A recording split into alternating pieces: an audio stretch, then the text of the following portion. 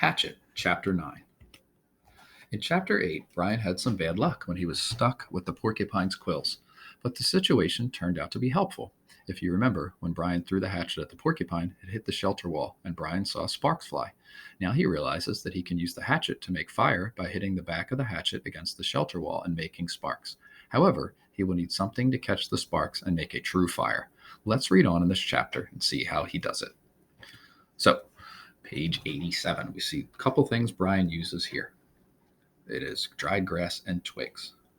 Brian found it was a long way from sparks to fire. Clearly, there had to be something for the sparks to ignite, some kind of tinder or kindling. But what? He brought some dried grass in, tapped sparks into it, and watched them die. He tried small twigs, breaking them into little pieces, but that was worse than the grass. Then he tried a combination of the two, grass and twigs. Nothing. He had no trouble getting sparks, but the tiny bits of hot stone or metal, he couldn't tell which they were, just sputtered and died.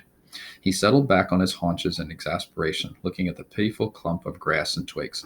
He needed something finer, something soft and fine and fluffy to catch the bits of fire. Top of page 88. Shredded paper would be nice, but he had no paper. So close, he said aloud, so close.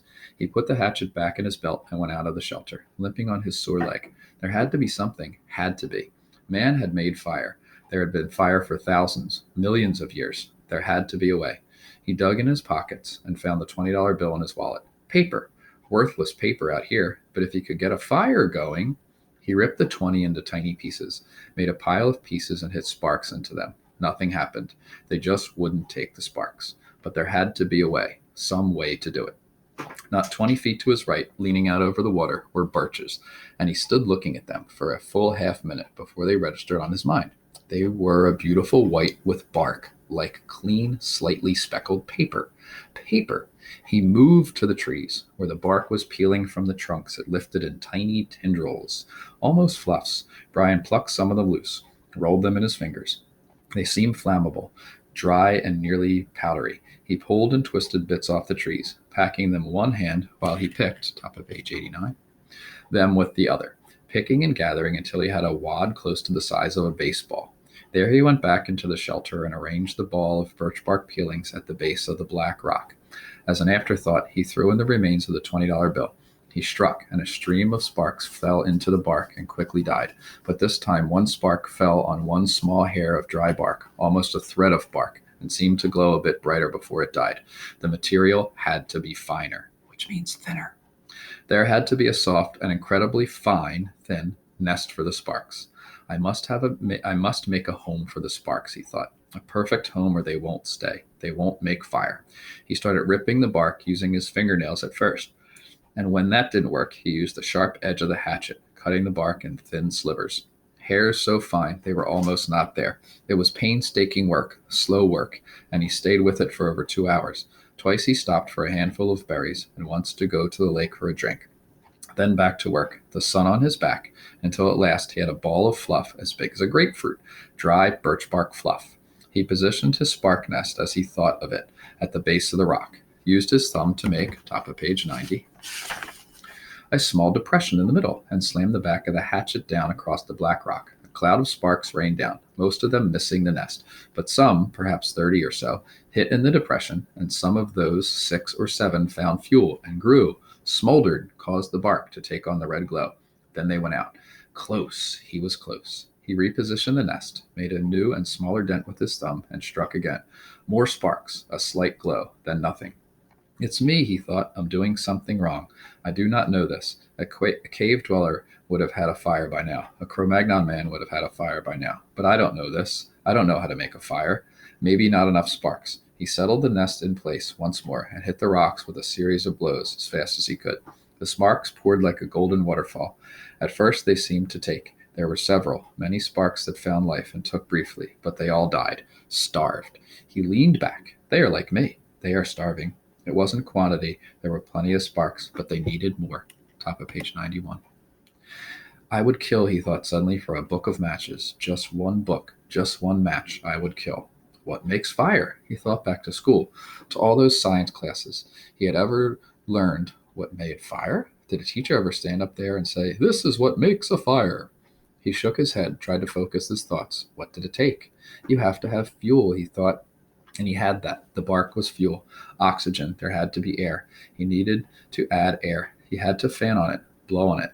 He made the nest ready again, held the hatchet back, tensed, and struck 4 quick blows. Sparks came down, and he leaned forward as fast as he could and blew. Too hard. There was a bright, almost intense glow. Then it was gone. He had blown it out. Another set of strikes, more sparks. He leaned and blew, but gently this time, holding back and aiming the stream of air from his mouth to hit the brightest spot. 5 or 6 sparks had fallen in a tight mass of bark hair, and Brian centered his efforts there.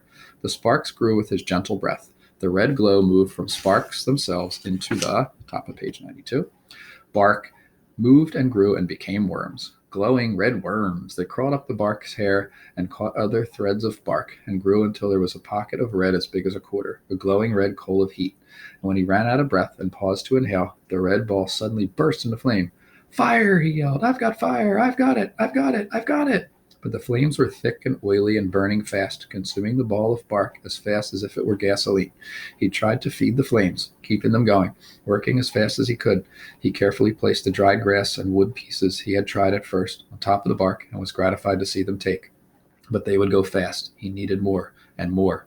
He could not let the flames go out. He ran from the shelter to the pines and started breaking off the low, dead limbs. These he threw in the shelter, went back for more, threw those in, and squatted to break and feed the hungry flames. When the small wood was going well, he went out and found larger wood, and did not relax until that was going. Then he leaned back against the wood brace of his door opening and smiled. I have a fire, he thought. I have a friend now. Top of page 93. A hungry friend, but a good one. I have a friend named Fire. Hello, Fire. The curve of the rock back made an almost perfect drawing flue that carried the smoke up through the cracks of the roof, but held the heat. If he kept the fire small, it would be perfect and would keep anything like the porcupine from coming through the door again. A friend and a guard, he thought. So much from a little spark. A friend and a guard from a tiny spark. He looked around and wished he had somebody to tell this thing, to show this thing he had done. But there was nobody. Nobody but the trees and the sun and the breeze and the lake. Nobody. And he thought, rolling thoughts with the smoke curling up over his head and the smile still half on his face, he thought, I wonder what they're doing now. I wonder what my father is doing now. I wonder what my mother is doing now. I wonder if she is with him. So Brian is very successful in this chapter at making fire, but he's going to have a big task ahead of him to keep that fire going. So he calls the fire his friend and his guard. So that will be very helpful to him, this fire, as the book goes on. So hopefully you enjoyed Chapter 9. Please work on your assignments in Google Classroom, and I will see you guys tomorrow for Chapter 10.